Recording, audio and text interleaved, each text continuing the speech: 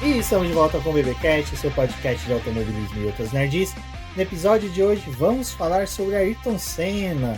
Não é um especial muito bem planejado, nós decidimos ali no domingo, quando assistimos o documentário do Senna.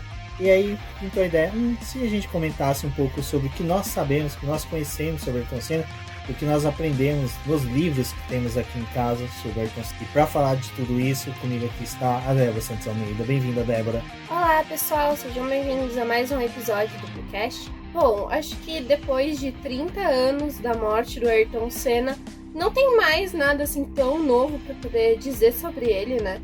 Ele foi muito explorada, a imagem dele, os recordes, os números, mas o que a gente vai trazer aqui é um pouquinho do sentimento de ter acompanhado esses anos. Eu nasci depois que o Senna faleceu, mas ele tem muito impacto na nossa vida, né? A gente pode contar algumas coisas aí, histórias que a gente já falou em outros podcasts, mas a gente vai comentar aqui com vocês algumas coisas e também recomendar algum livro ou outro que a gente tem aqui em casa e que já leu, né? E vai trazer aqui nesse programa. Em uma questão de pós-morte, quem foi mais usado para obter dinheiro? A imagem do Senna ou o tio Paulo?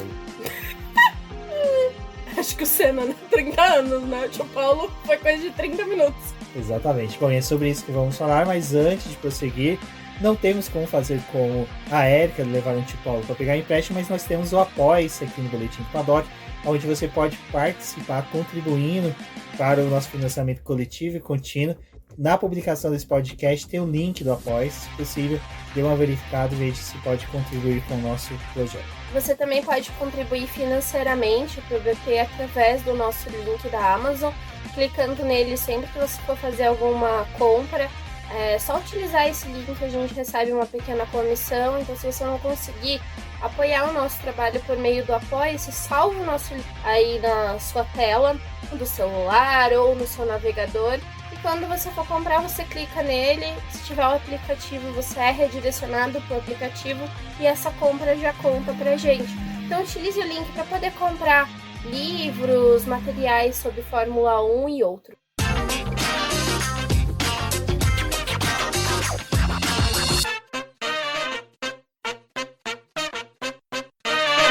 Bom, Débora, Ayrton Senna da Silva, uma lenda, um mito, um herói nacional. Até a gente brincou na entrada, né? Já são 30 anos do seu falecimento, mas é recorrente sempre. Nós temos homenagens, nós temos lançamentos de livros, publicações, vídeos, análises. É o que você falou no começo, já foi exaustivamente dilacerada a carreira dele. Todo mundo curte, gosta de automobilismo. Porém, Ayrton Senna é aquele cara que transcendeu, né? Ele foi muito além do que se via dentro das pistas. Eu acho que ele acaba se tornando uma lenda, né, do esporte, pelo que ele conseguiu conquistar. A gente tem que lembrar que na época que ele corria eram temporadas mais curtas, os carros tinham possibilidade de ter mais falhas, era um momento mais delicado, assim, acho que na Fórmula 1, de questão de embates, né, porque tinha outras equipes ali tentando melhorar os equipamentos para que tivesse alguma disputa.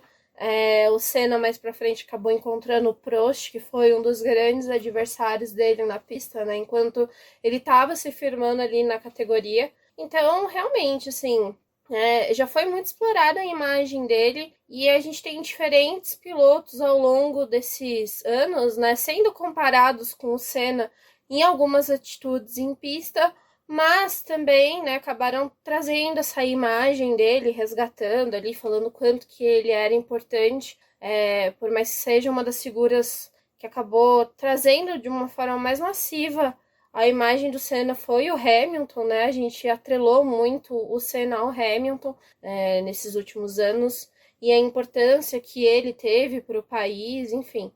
Por mais que eu não tenha visto as corridas dele enquanto ele estava correndo, eu fui uma criança que acabou crescendo mais perto do que tinha acontecido com o Senna do que a nova geração, né, de hoje, que acaba vendo mais a gente, os pais contando, né, avós lembrando do Senna, mas é mais distante. Eu não, eu já cresci numa família em que ainda lembrava da imagem do Senna e que acabava trazendo coisas ali em que me fez gostar de automobilismo muito por conta de ter, né, em volta o Senna ali presente. E é uma coisa interessante, só pra gente fazer essa comparação de gerações, é uma coisa que eu falo assim, que hoje parece, pela facilidade de acesso às informações, meio que ficou sem aquela paixão, sem aquela coisa da informação que, cara, a gente para ter um especial, um vídeo, uma coisa, uma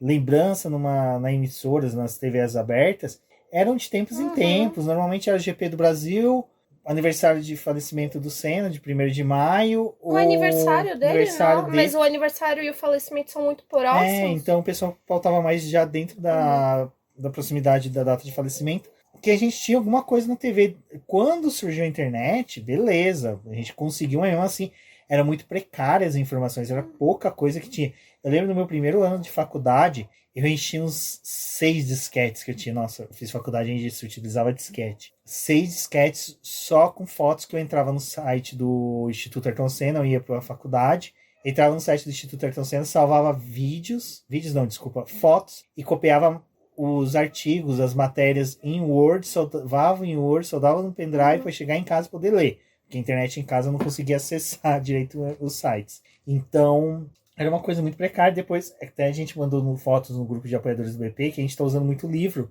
para poder fazer a pauta desse programa, porque um que a gente gosta mais de obter informações livres, e outro que o que está na internet a gente já consumiu bastante. E pelo menos a minha parte de ter assistido o Senna, lógico, eu assisti com 6, 7 anos. É muito mais lembranças afetivas do que lembranças em si das corridas. Mas depois, foi ali, já quando eu já estava com 10, 11 anos, que eu já sabia ler ler e entender o que eu estava lendo, vamos por dessa forma. Que eu já devorava revistas, livros, jornais, tudo que tinha de especial, que foi realmente quando deixou de ser somente aquele papo de pai e mãe de que o Senna foi um dos melhores pilotos, era o melhor piloto de todos os tempos, para quando efetivamente a gente via isso nos jornais, lia isso nos jornais. E o que mais me surpreendia é que naquela época, Schumacher ainda não tinha chegado a todos os títulos dele, estava ainda encaminhando para se tornar o Super Saiyajin, né, como os jovens nerds gostam de chamar ele.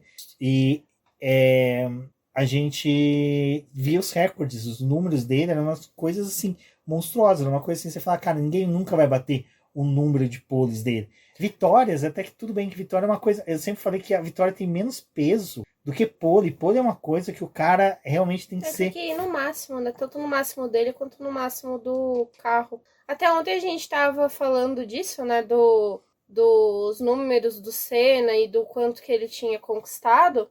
Mas é um piloto que, na época dele, como o Rubens pontuou, né? Não tinha o Schumacher ainda. Então não tinha essa coisa de 7 títulos do Schumacher era o que você almejava quebrar, ou as vitórias dele, né? Era muito o piloto que chegava ali naquele momento da Fórmula 1 em que o Senna estava correndo, tinha como, assim, o Fangio que tinha conseguido 5 títulos, mas foi em uma época diferente. Mas a possibilidade, a coisa mais real, era você conseguir 3, 4 títulos, como foi o Prost, né?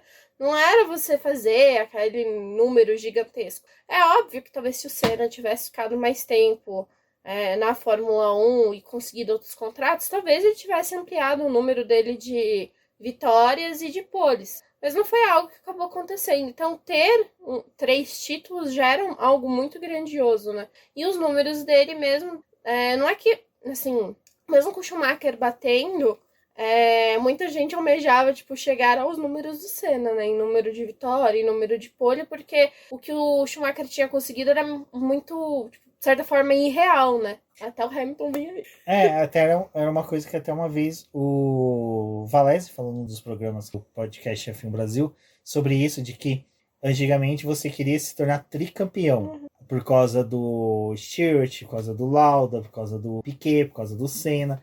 Aí, de repente, não, você tinha que ser pentacampeão quando o Prost conseguiu o título, mas mesmo assim, você se tornar tri, você estava no mesmo patamar de Ayrton Senna, né? Pô, você conseguiu esse número. E aí, quando o Schumacher se torna ali heptacampeão mundial, aí começa a saga de você se tornar um multicampeão. Que daí veio o Schumacher, passou um pouco, veio o Vettel, que a gente acreditava que ia ser o cara que ia destruir todos os recordes. De repente o Vettel encontrou uma coisa chamada Ferrari, que além de ter tirado os cabelos dele, tirou todas as possibilidades de recordes dele. Aí veio o Hamilton e agora a gente vive a era Verstappen, que a gente possivelmente vai ver ele destruir todos os recordes, mas é aquela coisa, não é desmerecendo o Verstappen. Ele vive uma era que proporciona ele quebrar muitos recordes por causa do volume grande de corridas em que ele faz tendo o melhor carro do grid. E os números do Senna também foram um pouco barrados pelo próprio Prost, né? Porque a gente tinha disputas ali dos dois juntos. Isso, eu acho que é isso que é legal que vai ser o nosso debate hoje, que a gente não vai ficar falando sobre que nem, nossa, eu fiz a pior besteira do mundo. Fui procurar sobre livros do Senna na Amazon sem restringir informações, sem colocar coisas assim, tipo, eu só quero de automobilismo. Aí começou a aparecer os livros coach de Senna. Mindset do Senna. Mindset com uma barra de suspensão.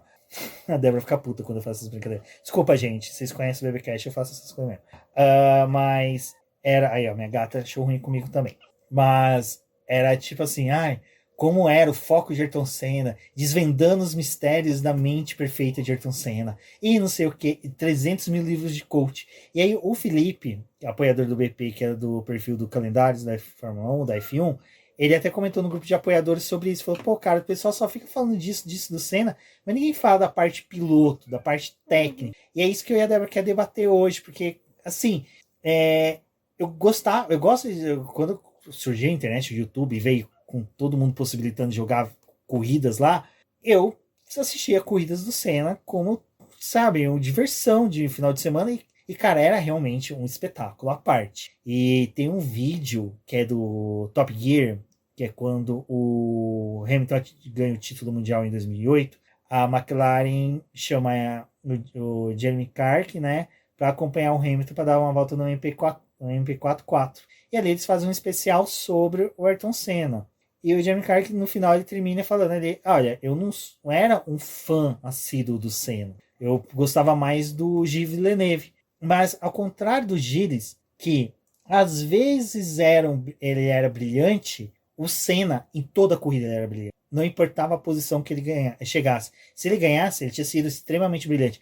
Mas se ele chegasse em quinto, sexto, ele tinha sido extremamente brilhante. Eu acho que o mais interessante dele é o que a gente estava falando daquela corrida no Brasil em que ele termina com a sexta marcha, né? Quando surge a igreja da sexta marcha.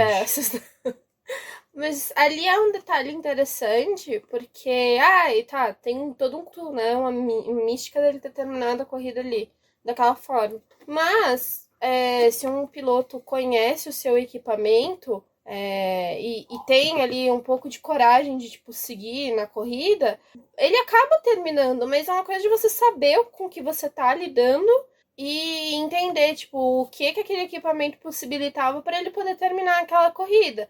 Tanto que, assim, não foi algo que, nossa, ele terminou a prova e magicamente tudo aconteceu, tudo culminou para poder dar certo. Não era uma corrida fácil, ele tava correndo no Brasil, que tava sofrendo pressão de você estar correndo diante da sua torcida. Ele queria muito vencer aquela prova, né? Pra, tipo, ter a primeira vitória no Brasil, né? Posso dar uma desmerecida rápida na vitória dele? Quem tava atrás era o Patrese. Não. Se fosse um Prost, um Mansell... Não, seria mais difícil. Mas aquela coisa, tipo, tem isso dele entender como é que o carro dele funcionava pra ele poder terminar aquela prova. Porque, dependendo de, assim, um piloto mais fraco, tinha desistido a hora que o carro começou a dar problema. Ia encostar o carro e falar, desisto. E ele perseverou pra poder terminar aquela corrida, né? Mas o Senna também era um piloto muito técnico. A gente vê o quanto que, tipo assim...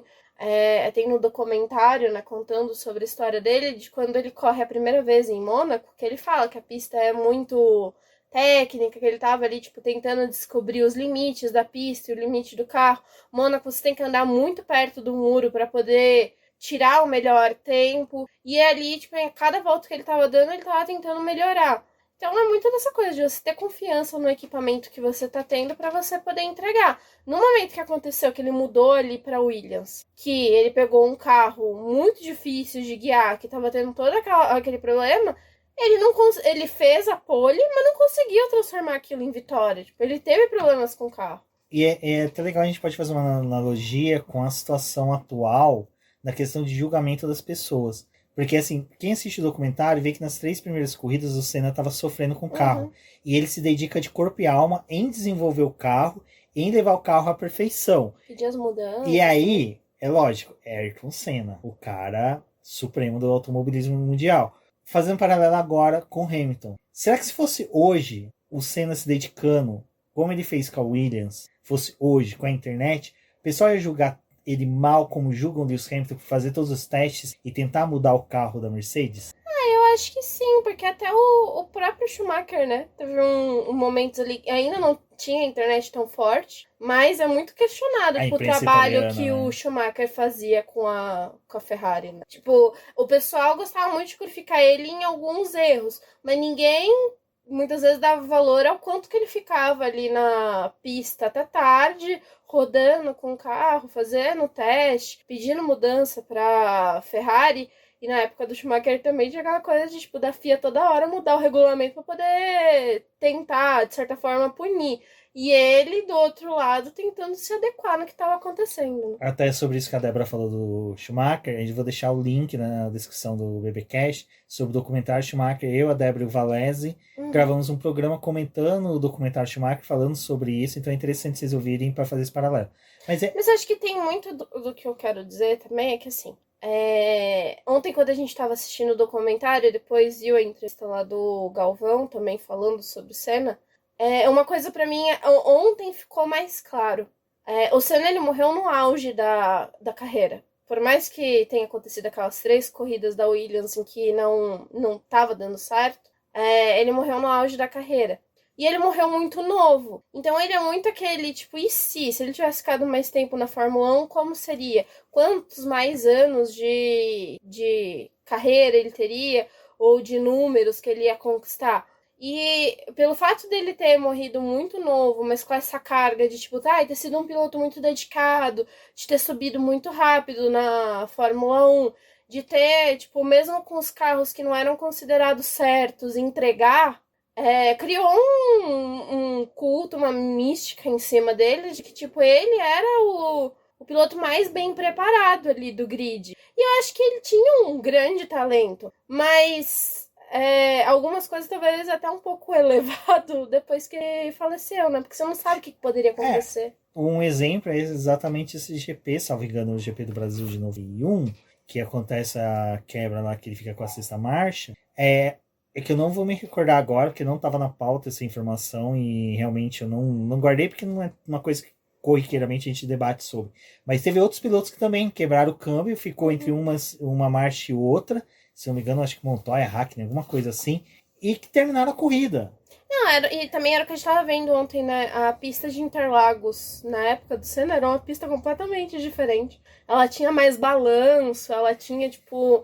ela ainda tem uma mudança de elevação, mas parece que naquela época era um pouco mais expressiva, né, do que é hoje. Então, para aqueles carros, eu acho que era muito mais difícil do que para um carro que é hoje em dia. Mas aí eu acho que tá o lance de ele ter saído exausto do carro, sendo praticamente carregado, e ter toda aquela cena dos fiscais comemorando tudo. E isso eleva mais. Mas vamos entrar na parte técnica, que é assim, é o que você falou. O Senna era aquele cara workaholic que conhecia o motor Honda. Ele sabia que o motor Honda não ia, vou usar um termo bem bocó aqui, mas engasopar ou dar uma pane no carro se ele ficasse preso na sexta marcha e só ficasse trabalhando com a embreagem nas reduzidas. Então ele conseguia, que nem chegava ali no S do Senna. No S dele? No S dele, que ele embicava o carro e tirava tipo assim, deixar o carro no ponto morto, fazia o S, na hora que tava embicando na reta oposta, soltava, engatava a sexta, porque o motor ele tinha uma correção de rotação, o motor Honda, que conseguia corrigir essa questão da sexta marcha. Então assim, é aquela coisa, se acontecesse com o Berger, que era o companheiro dele, o carro ia morrer.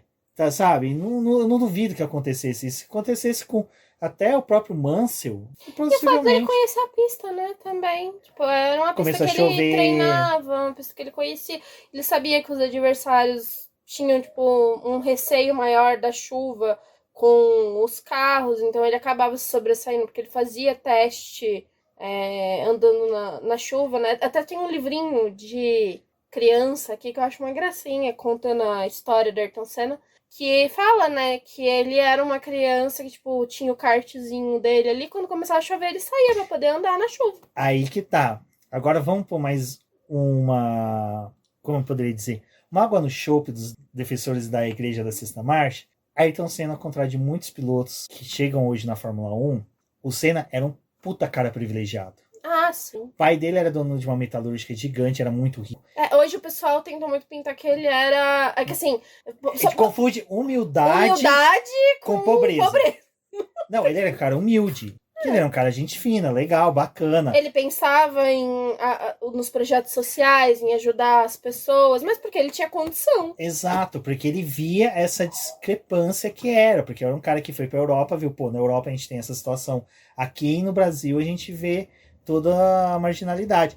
E aí, o que acontecia? Pô, todo mundo pinta, não, que o Senna via que ia chover, aí catava, não, vou pro cartódromo, como se ele morasse do lado do cartódromo. Não, ele morava a 30 quilômetros do cartódromo. Na Zona Norte. Santana para Interlagos é uma viagem. E ainda mais na década de 70 para 80, Marginal Pinheiros não era esse tapetinho que o pessoal conhece, não. Uhum. E aí, pegava, ia lá, pai, quero ir para Interlagos. Tá bom. Chofer, motorista dele, levava ele para Interlagos. O moleque ficava lá treinando e aí voltava para casa. Então, assim, porra, isso é muito privilégio. Mas, assim, não é desmerecer ele. Ele teve essa oportunidade, se valeu dessa oportunidade e cresceu sobre isso. Tanto que quando ele vai pra Europa também, né? Tipo, era algo que, assim, pra muitos, já era impensado você conseguir se manter no automobilismo fazendo a quantidade de testes e correndo aqui no Brasil. Ir pra Europa naquela época também era uma coisa, assim, tipo, surreal. Você tinha que ter uma estrutura, não era qualquer um que ia. Não era porque só tipo, você tinha algum talento e viam que você poderia prosperar no automobilismo que você ia conseguir. Tanto que, tipo, naquele documentário eles falam sobre isso, né? A família dele viu que ele tinha talento e eles tinham dinheiro para poder investir e dar o suporte que ele precisava para a carreira dele. Então, tipo, faça o teu trabalho aqui no Brasil. Deu certo? Vamos para a Europa, porque é o próximo passo para você, tipo, ganhar terreno. Mas não é toda família que tinha condição e hoje também não é toda família que tem condição. Sim, automobilismo é caro. E aí que eu falo, juntou a fome com a vontade de comer. Ele tinha oportunidade, conseguiu reverter isso para desenvolver o talento dele, que depois a gente viu quão bom ele era na chuva. E aí a gente remete pro GP de Mônaco de 1984, que para mim ali, eu concordo com o James Hutt, que é o cara que estava narrando, comentando pela BBC, que fala, cara, nós estamos vendo nascer um futuro campeão. E naquele momento, eu já vi muita gente desmerecer o segundo lugar do Senna, falando que, porque saiu uma matéria na revista super interessante, se eu não me engano, quando fez 10 anos do falecimento dele, em 2004, em que ela descrevia mais ou menos que o carro do Senna ia quebrar dentro de 4 voltas, que os mecânicos não acreditavam, porque ele super exigiu do carro da... Cara, os próprios mecânicos em outras entrevistas já falaram, não, gente, a gente falava que ele ia destruir o carro porque ele estava conduzindo de uma forma alucinada, fora de comum de um piloto que nem os demais estavam correndo. Você via, Nick Lauda estava na pista, estava tipo andando numa tocada segura, o Prost estava também tocando uma tocada segura. O Senna era o único cara que estava buscando o extremo do carro. Uhum. E não é que o carro estava quebrado e ia partir no meio da corrida, não. Se o Senna continuasse dirigindo daquele jeito, ele tinha chance de quebrar. E aí que vem. Cara, o cara era bom. Não tem como. A questão é que é uma coisa muito difícil de explicar. Quando você assiste as onboards dele, você vê que ele corrige o carro a todo momento. A todo momento ele tá corrigindo o carro. Então não é aquela coisa ele briga com o carro, né, de certa forma. Não era um autorama que ele seguia na linha retinha, não, gente. Assistam. Na F1 TV tem muitas corridas que o Senna correu na chuva. Procurem as cenas que tem onboard, que é ao contrário de hoje que você pode selecionar onboard, naquela época não tinha isso, né? O Bernexon não permite a gente assistir onboard de 94 em Imola, por exemplo. Diz ele que não tem. Exatamente. Mas na hora que tem as onboard dele, você vê, ele corrige o carro excessivamente. Assim, é uma coisa absurda. Mas por quê? Ele buscava o grip. Na hora que ele percebia que o carro ia perder, ele mudava de trajetória, ele trazia o carro da forma que ele queria, e era de uma forma que quem tava de fora falava, mano, ele vai bater. É maluco. E ele mesmo falava assim, gente, o pessoal fala, né? começava a chover. Não, agora o Senna vai surpreender, o Senna vai ser o melhor do mundo. E ele tinha uma responsabilidade maior ainda, né? Não, porque começaram a atribuir isso a ele. E ele ficava desesperado, porque ele falava assim, gente, eu podia rodar e bater a qualquer momento. Não é fácil, não. Eu acho que nascer em um país tropical... É que na Inglaterra na terra da garoa pra ainda. cacete, né? Na Inglaterra também chovia pra cacete, né? Mas aqui em São Paulo ainda, na então, época chover dele... pra cacete é uma coisa complicada, né? Meio complicado. Mas aqui ainda era a terra da garoa, né? E a avó sabia quando ia chover em Interlagos, então mandava... Mas era a avó do Rubinho.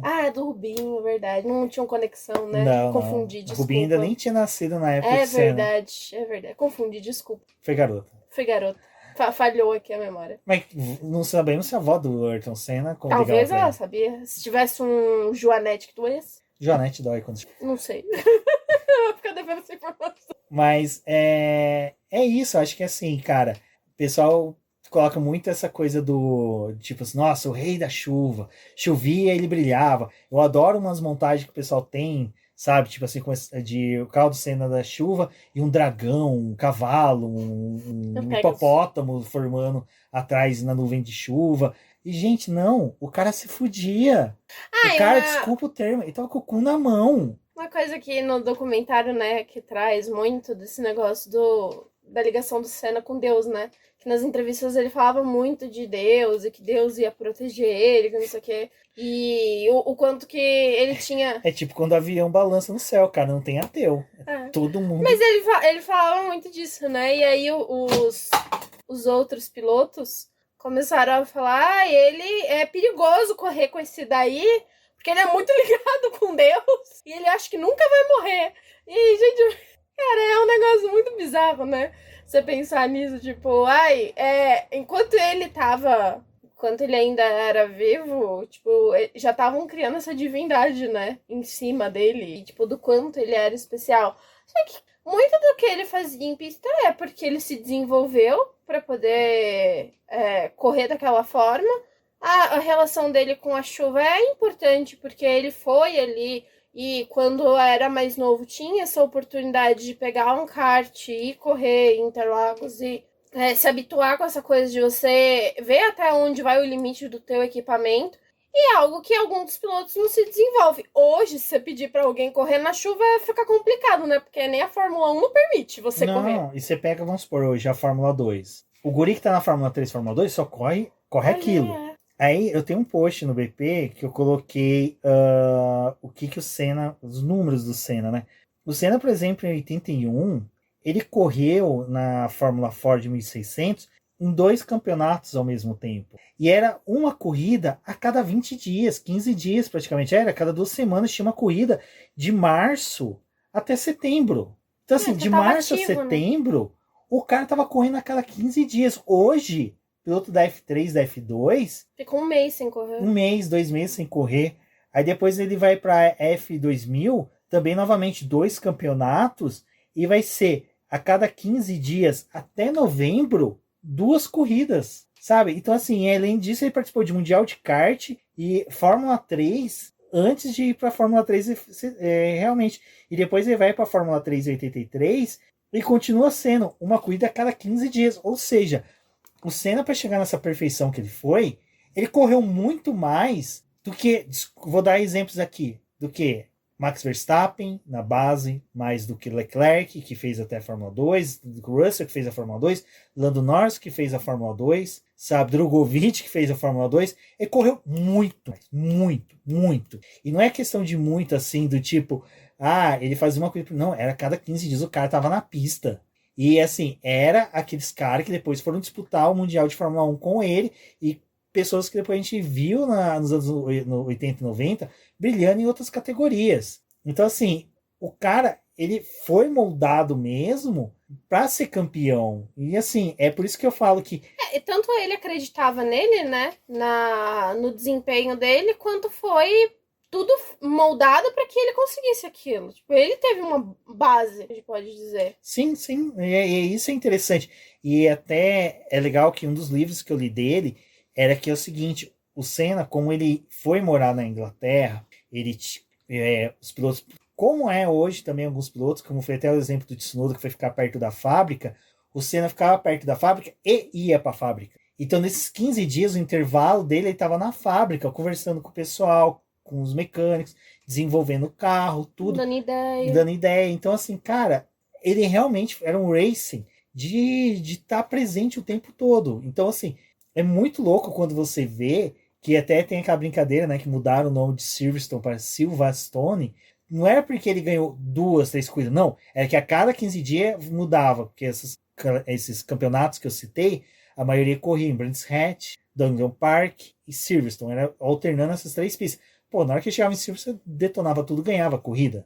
Não é a relação dele só com a Fórmula 1, né? Com as outras categorias que ele correu. Não, porque se eu não me engano, o Senna não teve tantas vitórias em Silverstone. Eu vou até dar uma olhada aqui. Se eu não me engano, ele teve pouquíssimas vitórias no circuito inglês. Aí a gente buscou aqui rapidinho. O Senna só teve uma pole e uma vitória em Silverstone. Então você vê, na base ele foi muito mais forte e consistente na pista inglesa do que foi realmente na Fórmula 1. Uma coisa que é interessante dessa questão do Senna ser um cara workaholic, né? Um cara que batalhava, ajudava a equipe, desenvolvia a equipe, fazia tudo com a equipe, foi a passagem dele pela Toleman, primeira equipe dele na Fórmula 1, em que o Senna, ele pega, vai para a Toleman, faz a primeira temporada dele, tem aquela corrida fantástica que eu comentei do GP de Mônaco de 84, e quando o Senna se despede da equipe, a equipe mostra, quando tem aí acho que a última corrida, até o Senna é pódio, agora, salvo engano, foi sim, acho que foi GP da Alemanha, se não me engano, os mecânicos estão com cartaz, Senna, a Toleman nunca mais será igual sem você. E nem foi tanto que a Toleman no ano seguinte é vendida para Benetton. Mas que também não tinha como segurar um piloto como ele, porque ele estava em ascensão, né? Sim, mas era o esquema do... Bem parecido, assim, eu gosto de puxar para coisas atuais, para o ouvinte que acompanha mais a Fórmula 1 recente, que está agora acompanhando, veja que foi um pouco parecido com o que o Vettel fez na Aston Martin. Do cara que chegou e falou, não, gente, mas peraí, se a gente fizer isso no carro, se a gente fizer isso no treinamento, no desenvolvimento da equipe, e o Senna, os relatos que o pessoal da Toleman teve, e até agora recente, quando eu fui fazer o post da morte do dono da Toleman, era de que realmente o Ayrton Senna era o cara que chegava e mostrava evoluções que a equipe poderia ter, tudo que a equipe poderia fazer, até para economizar peças, desenvolvimento do carro, para focar para que tivesse um carro melhor, ele levou para a equipe, que até a equipe que permaneceu com a Benetton manteve aquelas coisas. Então, tipo assim, o Senna foi aquele cara que realmente mudou uma equipe, por mais que ela tenha sido vendida, é uma equipe que levou isso mais para frente. E até depois, quando em 89, 90, se não me engano, a Benetton começa a querer levar ele para a equipe, tirar ele da McLaren, o Senna mais ou menos até pensa, fala, pô, eu já estive ali, será que compensa eu voltar? Não compensa? Isso também é uma coisa que vale muito acompanhar. Eu vou ver se eu localizo o vídeo que tem no Projeto Motor falando sobre isso. Então é bem legal isso, de você ver que o Senna realmente fugia daquele negócio do cara que era só o cara que sentava no carro e pilotava. Não, ele era o cara que auxiliava a equipe no seu desenvolvimento. Uma coisa que eu e a Débora estávamos vendo agora era a questão do Senna ter, assim, comparado o número de vitórias, pódios que ele teve e desempenho em corridas, até pelo número de pódios, ele tinha poucas voltas rápidas. Mas era uma coisa que eu lembro que eu vi muito pessoal analisando, porque realmente na época eu peguei poucas corridas dele, não lembrava, eu queria mais ficar brincando que a minha miniatura da McLaren do que realmente assistindo, mas era o lance do Senna, ao contrário do que era muitos pilotos que buscavam a volta rápida e que a gente vê atualmente, que é aquele piloto que conserva equipamento, vai lá, faz a volta rápida, faz o pit stop, conserva equipamento, faz a volta rápida, registrou a volta rápida, acabou, depois o resto da corrida fica ali administrando. O Senna não, o Senna era aquele cara que era constante, ele estava o tempo todo fazendo voltas rápidas, era uma coisa que a gente via algumas vezes o Schumacher fazer algumas corridas, que era aquela coisa do cara estar toda hora fazendo volta de classificação. E o Senna era o cara que, é lógico, dentro do que era possível para poder economizar equipamento, estava ali fazendo volta de classificação para poder abrir aquela distância. Até uma coisa que o tio Delvas no podcast F1 Brasil brincava, que o pessoal, não, eu adorava ver o Senna ganhar. Cara, corrida do Senna era que nem do Verstappen. Você viu o Senna na largada, no pit stop e depois na chegada. Ele era um piloto também que largou muito na primeira fila, né? Ele largou muito tempo na primeira fila, tanto que ele tem 65 poles, né? Que ele conquistou. Então, ou se ele não conseguia pole, ele estava em segundo. Tinha essa briga ali para ele estar nas primeiras posições. Então, era um piloto que, assim, largou. Se tinha alguém na frente dele, ele tinha que tomar ali a decisão de se ia se manter no lado sujo da pista, ou se ia ir para trás do outro piloto, esperar mais alguns metros para poder ganhar a posição. Mas depois ele tentava construir ali uma forma de se afastar do adversário, né? É um piloto que, em 65 poles, ele conquistou 41 vitórias. Muito disso também diz do quanto de adversário que ele teve na pista, né? Porque ele e o Prost correram juntos na McLaren, teve essas desavenças, né, dos dois ali, do Senna chegando e tentando destruir o Prost de todas as formas, porque até o Prost fala, né? Ele não queria só me vencer, ele queria era me humilhar. Então tinha corrida assim que o Senna, tipo, largava e tentava humilhar o Prost de, tipo, abrir vários segundos, dar a volta em trocentos pilotos na pista, pra poder realmente humilhar, né? E depois que o Prost deixa a McLaren, o Senna fica lá, ele vai buscar o tempo pra poder correr, também continua essa coisa de desavença, né? Porque o Prost também tava tentando buscar ter o melhor carro pra poder continuar brigando com o Senna. Não, e tem uma coisa que é interessante da questão das pole, que a época que o Senna disputava a Fórmula 1 era a volta lançada. Você ia fazer a volta lançada, voltava para os boxes, ficava lá esperando, se ninguém te esperava, você era pole, bacana. E uma coisa que o Martin Brundle falou num desses especiais dele, que era uma coisa muito legal, era que é o seguinte, o Senna ia entrar na pista para dar volta rápida, o piloto que estava na pista olhava no retrovisor, via o capacete amarelo, o cara jogava o carro de lado e podia estar numa volta rápida. Ele não queria atrapalhar o Senna. Não, o piloto que atrapalhasse o Senna era tipo assim, era como uma morte social para ele. Que todo mundo chegava assim, cara, você atrapalhou a volta perfeita. Mesmo que o Senna não ia chegar na pole, depois o pessoal olhava assim, o que ele fez na pista era a volta perfeita. Ele conseguia a terceira colocação. Era uma volta perfeita. Era tipo assim, o cara fez as tangentes corretas, fez o apex correto, atacou as zebras de forma correta, e não obteve o resultado porque o equipamento no dia não estava dando certo, alguma coisa foi externa a ele para não permitir ele obter a pole. Mas o Bart Mundelko falava que assim, cara, eles ficavam nos boxes esperando, mano, quando que o Senna vai sair? O Senna saía, fazia a volta, todo mundo olhava o que ele fez, bom, vamos tentar replicar para a gente tentar buscar a pole. E essa que é uma questão que eu acho muito interessante dos adversários querer ver o que ele ia fazer para copiar ou tentar emular o mais próximo possível do que ele fazia em pista. E como você falou, só pro ouvinte ver, a gente fala de hoje, né, competições tipo o Verstappen. Verstappen nada de braçada sozinho, porque assim, ele tem grandes pilotos contra ele, mas não com equipamentos próximos a ele para disputar a posição. E o foco do Verstappen nem é a pole, né, também, a gente tem que ver isso, tipo, o Leclerc ficou muito marcado nessa dele conquistar a pole e as vitórias serem do Verstappen. Que é uma coisa que o Hamilton tinha, né, e o Schumacher tinha, de conquistar a pole e conquistar a vitória. Mas eu falo assim, da questão de que eu acho que eram pouco mais parelhos os equipamentos, só não vamos entrar no mérito de 88, porque a MP44 era um carro de outro mundo, né, vamos pôr assim. Mas era o lance de você ter, numa classificação você tinha Nigel Mansell, Nelson Piquet, Nick Lauda, Prost, Latifi, tinha, quem mais? Tinha o De Angelis, que poderia atrapalhar todo mundo, mas às vezes do nada surgia, opa, vou tentar a pole aqui, René Arnoux, Michel Boreto, Berger, que eram caras que no dia que estavam iluminados, faziam frente para o Senna. E era uma coisa assim gostosa de se ver, cara. Quem puder, vá assistir as classificações. Era legal, era aquela tensão. O autódromo em silêncio. De repente, do nada, o pessoal via a movimentação dos boxes da McLaren. O Senna vai sair. Era aquele furdunço de todo mundo querer ver a volta dele. E aí, depois que ele voltar para os boxes, você só via os carrinhos saindo. Tum, tum, tum, tum, todo mundo querendo fazer a volta. Ou porque queria replicar o que ele fez, ou porque, bom, eu não vou mais atrapalhar aquela volta do pole position. E o interessante dessa coisa de poles, né, é que hoje ainda ele detém um recorde de poles em Mônaco, que é uma coisa muito difícil de você conseguir, ainda mais se você tem o Pérez para poder bater, que são 5 poles que ele tem em Mônaco. Em número de vitórias também ninguém nunca passou ele em Mônaco, são 6. E ele poderia ter pelo menos mais 2 vitórias em Mônaco. Então, de qualquer forma... 84, 88 são quase... De qualquer forma, ele é o rei de Mônaco não só pelas vitórias que ele conquistou, mas pelas outras vitórias que ele poderia ter conseguido ali.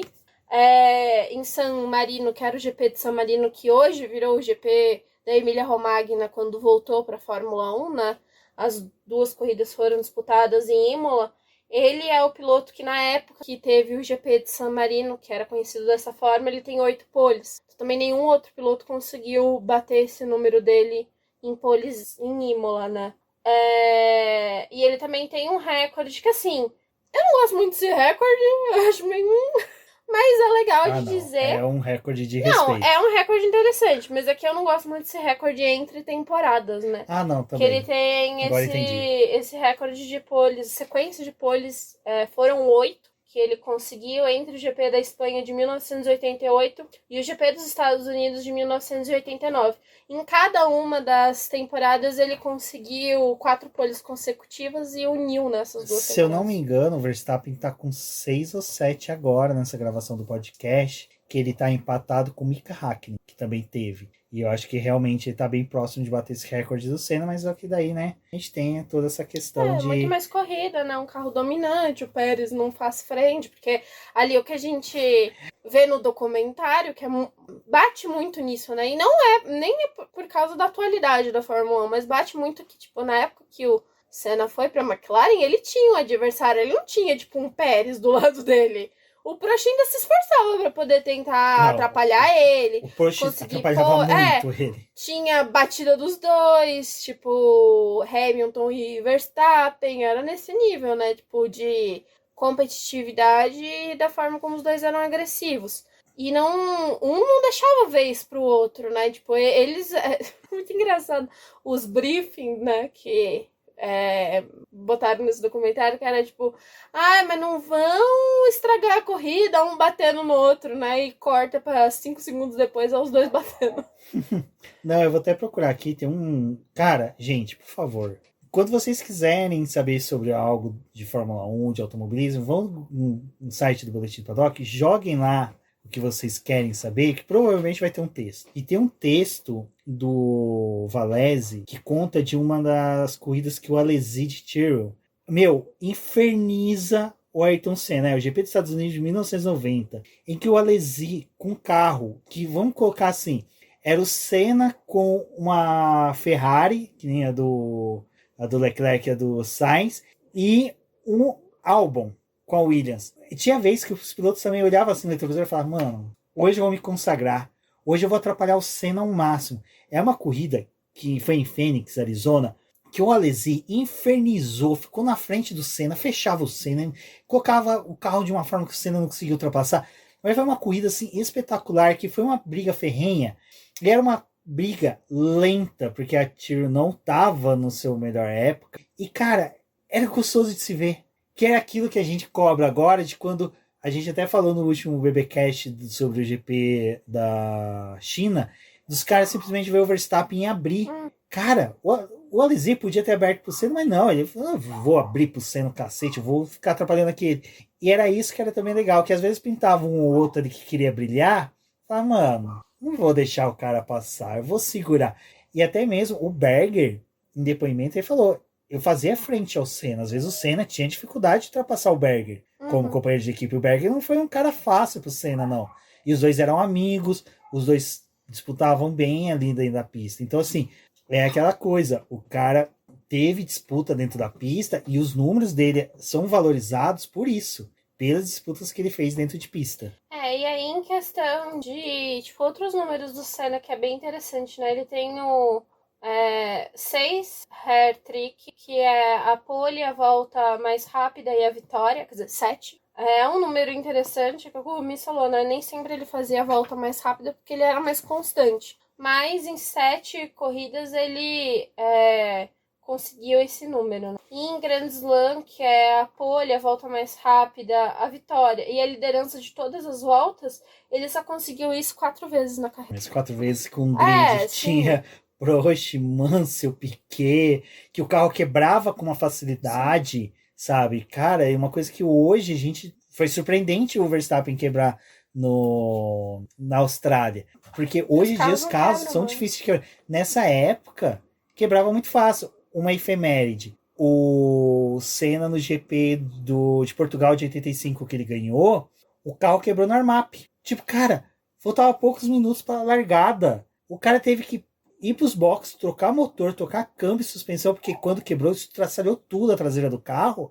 Ele teve que trocar tudo no armap. Armap, pra quem não sabe, antes das corridas, antes dos GPs, na década de 70, 80 e 90, os pilotos podiam dar, salvo engano, 15 minutos de treino, que eles podiam acertar o carro, porque às vezes, por mudança meteorológica e por segurança, eles permitiam isso para os pilotos poder adequar o carro. E não tinha parque fechado nessa época, que eu lembrei agora. E, nossa, uma coisa que eu tava lembrando agora, uma coisa que eu tenho, e eu tenho que ver em que estado está.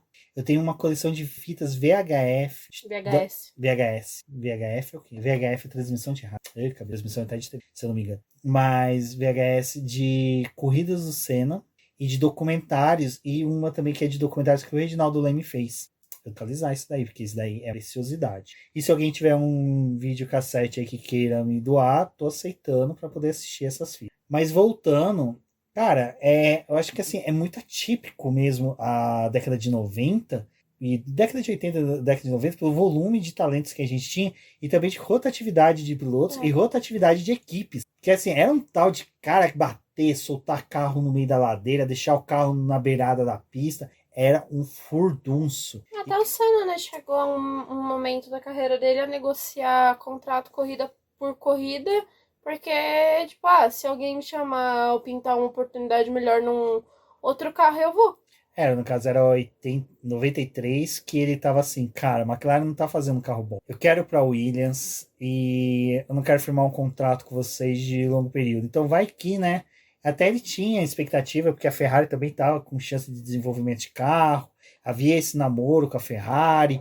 E até uma efeméride, né, Débora, que você descobriu recentemente que existe uma nação que acredita que Ayrton Senna pilotava para a Ferrari. É muito engraçado que esses dias eu tava vendo isso, né? Que o pessoal, muito por ele ter corrido com o macacão vermelho, né? Na época que ele tava na McLaren. E a McLaren tem o patrocínio da Marlboro, que depois, mais pra frente, acabou indo também pro carro da Ferrari do Rubinho, né, Rubens? O pessoal associou muito que o Senna correu na Ferrari. Eu até tive uma experiência dessa que no começo do ano o professor da academia que eu trabalho, a gente tava conversando de Fórmula 1, né? Ele, mas a época que o Senna correu na Ferrari, eu fiquei, mas ele não correu na Ferrari. Ele não, correu sim, ele corria de vermelho. Eu falei, não, ele correu na McLaren com o macacão vermelho, mas ele não correu na Ferrari. E depois eu fui ver que, tipo, tem muita gente que tem isso na cabeça, que o Senna realmente esteve ali defendendo a Ferrari, né? Muito porque o nome da Ferrari é um nome muito grande, né? Quando as pessoas falam de Fórmula 1, falam da Ferrari. Mas tem essa associação de que ele foi um piloto da Ferrari, mesmo nunca sendo. E talvez tenha a possibilidade de um dia poder guiar pela Ferrari, mas isso nunca se concretizou. Se eu não me engano... Parece um efeito Mandela. Mandela. Mandela? Eu ia falar Mandala. Mas o GP da Itália de 88, quando o Senna bate, a torcida italiana comemora. Porque em 87 ele estava negociando com a Ferrari também, mas decide ir para McLaren. E aí quando ele bate no retardatário ali na chicane, não me recordo qual, que ele abandona a corrida, a torcida comemora. Não só porque tinha chance da dupla da Ferrari vencer, mas também, e eles estavam na época de luto da morte do Enzo Fittipaldi. Não, o Enzo tá vivo, gente, pelo amor de Deus. Não matei ninguém, não. Do Enzo Ferrari, eles comemoraram e tinha esse justo motivo, tanto que tinha a chance da Ferrari vencer em casa num período de luto por causa do Enzo Ferrari, e também tinha porque o Senna tinha falado não para a Ferrari e os tifosi queriam Senna, eles queriam muito. E depois eles herdaram o Alain Prost e demitiram o Prost. Só pelo prazer. Ai, meu Deus, mas é isso, pessoal. E o Prost demitiu a Renault da vida dele. Errado não tá, visionário.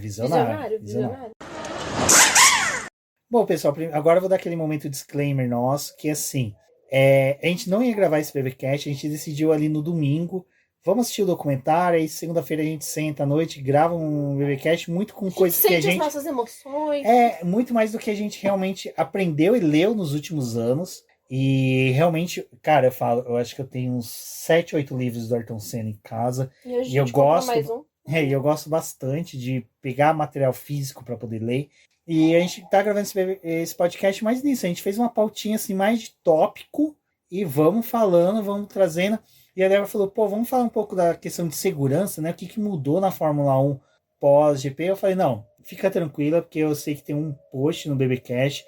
E a Débora às vezes fica surpresa que eu me lembro de todos os posts. Realmente, eu me lembro de quase todos os posts que a gente tem no site. Ele editou todos, nem eu lembro todos os posts que eu fiz na minha vida. Já são mais de 7 mil posts no site. Tem um post do Fernando Brandão Campos que eu vou editar, compartilhar para vocês. E que ele fala, foi feito em 2017, ó, em cabeça, 7 anos atrás. O Fernando Campos ainda era menor de idade, então era exploração de menores. Mas, brincadeiras à parte, ele trouxe um texto perfeito, muito bem feito, falando das evoluções que teve dos carros da Fórmula 1 década a década, né? São vários textos, na verdade. E o da década de 90 é muito pautado realmente no salto de evolução que teve ali nos anos de 1994 e 95, né? 93 a gente sabe que muitas dessas mudanças estão presentes até hoje, a gente vê, e algumas também não vê, mas aí a gente vai falar por quê. Mas que, né, Débora, depois do falecimento ali do Senna, o Sid Walking, que era o médico, né, do responsável ali, reformulou muita coisa na Fórmula 1 para tentar resolver questões que ficaram evidentes nos 3 acidentes daquele fatídico GP de Imola, que foi o do Rubinho Barrichello na sexta-feira, do Roland Ratzenberger, que veio a falecer no sábado, e no domingo, o falecimento do Ayrton Senna. Uma das coisas que foi notado depois do acidente do Senna, e também do Ratzenberger, né, é que os carros racharam, né? O do Senna foi mais explícito ali o que aconteceu, de rachar a estrutura da célula de sobrevivência, né, do cockpit. E no Ratzenberger, quando ele bateu, a lateral do carro inteiro, tipo, fica exposta, né? E dava até pra ver o braço dele depois do acidente saindo ali do carro. Então, eles acabaram reforçando a célula de sobrevivência, fazendo uma peça que fosse mais única e que envolvesse uma maior parte do corpo do piloto, que ele não ficasse tão exposto se ocorresse uma batida. Tem uma mudança que teve na sala de segurança que se você pegar fotos do carro de 94, 95, 94 você viu o ombro do piloto para fora, né? Para cima, para fora. E já em 95 não, no 95 já é o formato atual, em que o ombro do piloto fica para dentro do carro, você só vê o capacete, né? E também a mão dele não fica encoberta pelo cockpit, que é uma coisa que poderia acidentar bastante. Tinha até uma dificuldade dos projetistas na época com o que fazer com as mãos dos pilotos, né? Por causa do projeto aerodinâmico do carro e da forma como ficava o volante e a mão do piloto exposta. Exato. E uma das alterações são inúmeras, mas a gente não vai trazer tudo aqui, vai ter esse texto de suporte, então eu recomendo que vocês leiam. É a questão do assoalho, aquela tábua, aquela assoalho de madeira que a gente brinca tanto, que teve até divergência recentemente, de fazer ela flexível, porque partia dos furos. Ela foi introduzida em 94 para 95, que os carros de Fórmula 1 eram muito baixos. Uma das coisas que aconteceu no acidente do Barrichello, que o carro decolou, foi justamente do carro estar muito baixo, bater contra o chão e levantar voo. Então o assoalho era justamente para isso, para que o carro de Fórmula 1 não tivesse muita proximidade do chão e ele tinha um limite de desgaste. Então foi justamente que trouxe a introdução do assoalho para que as equipes não colocassem o carro muito baixo, muito rente ao chão. E assim, lógico, a gente teve uma evolução de segurança, um salto de evolução muito grande de 94. Acho que é interessante falar que assim, até o acidente deles e a morte deles já tinha passado um período na Fórmula 1 em que mortes não estavam mais acontecendo. Em torno de 12 anos. Foi o maior período sem mortes. Já tinham pensado muito em questões de segurança. Todos os anos da Fórmula 1, até recomendo vocês a lerem os textos da Denise dos circuitos da Fórmula 1, que ali a gente vê, tinha um acidente e geralmente tinha alguma mudança já na pista para poder reformular e pensar no que poderia ser mudado. Imola, depois do acidente do Senna, a Tamburello não mudou, né? Não foi implementada a chicane como é hoje que a gente conhece.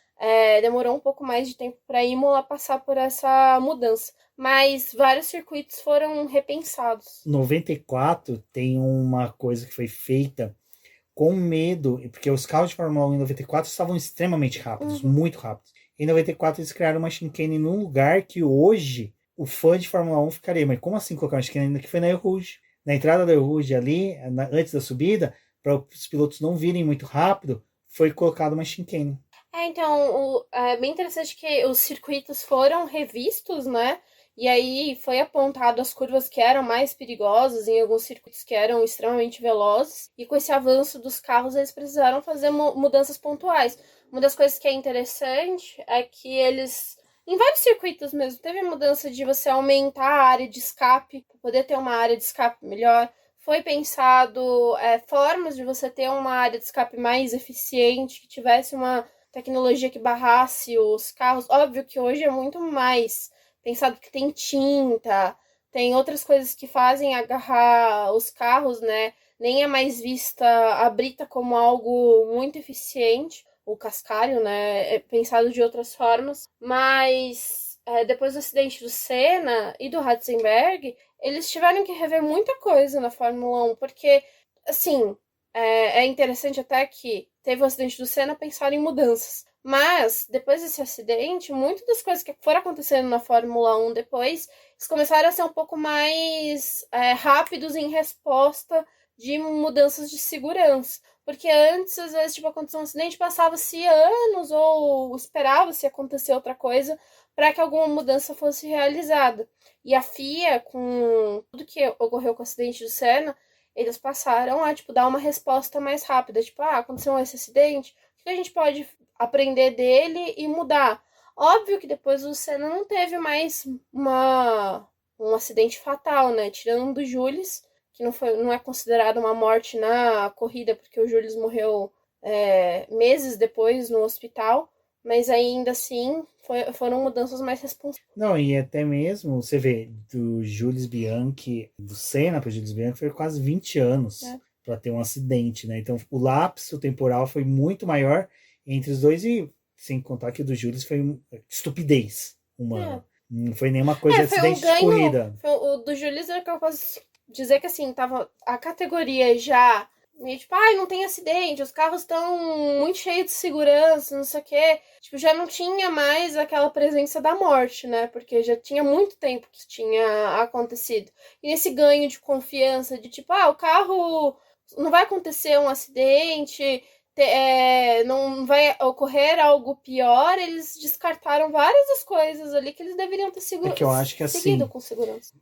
Eu peço que se o ouvinte lembrar, mas eu acho que um acidente mais feio depois do Senna, assim, que teve o falecimento, a gente teve outros, teve Schumacher que quebrou a perna em 1999, teve o Mika Hakkinen, eu acho que, salvo engano, 2001 também sofreu um acidente muito feio, que levou ele a começar a pensar na aposentadoria, mas acho que o mais cinematográfico e horrível, fim, foi do Robert Kubica em 2007 no GP do Canadá, que o carro capota várias vezes, e que ele sai, assim, praticamente ileso, ele só machucou o tornozelo, que não correu o GP dos Estados Unidos seguinte, que é onde veio o Vettel aparecer. O Alonso também teve um cinematográfico, né? Mas foi... Então, mas esses acidentes davam a sensação de segurança que até o falecimento do Jules, ninguém tinha. Tudo bem que quando o Alonso se acidentou, o Jules já tinha sofrido acidente.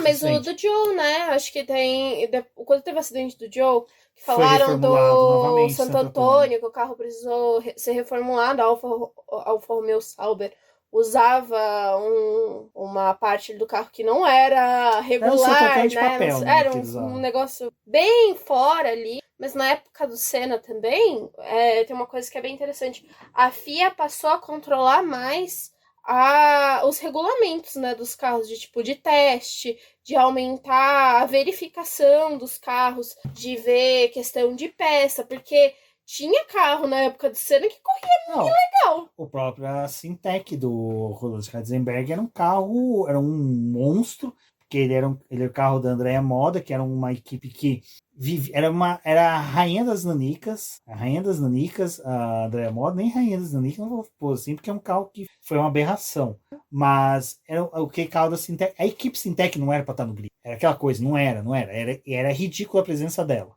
É aquela coisa que se realmente tivesse tido uma vistoria ferrenha, tivesse olhado mais de perto aquele carro, o Ratzenberger hoje estaria vivo. Mas, hoje, no modo de falar, né? Mas é o que você falou, né? A FIA se tornou mais profissional nisso. A gente começou a ver mais uma busca de fiscalização e de aperfeiçoamento de segurança dos carros. Eu acho que a única coisa que assim, a gente pode dizer que não mudou O asfalto preto.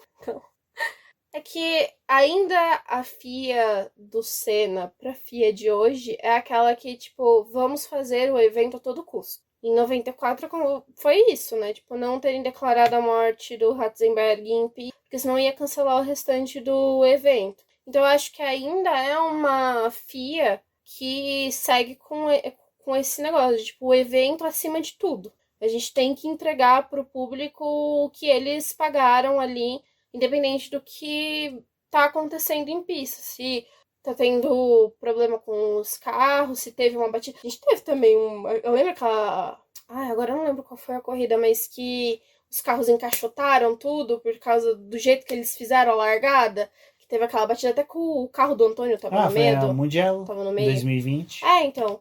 Tem essas coisas não, ainda.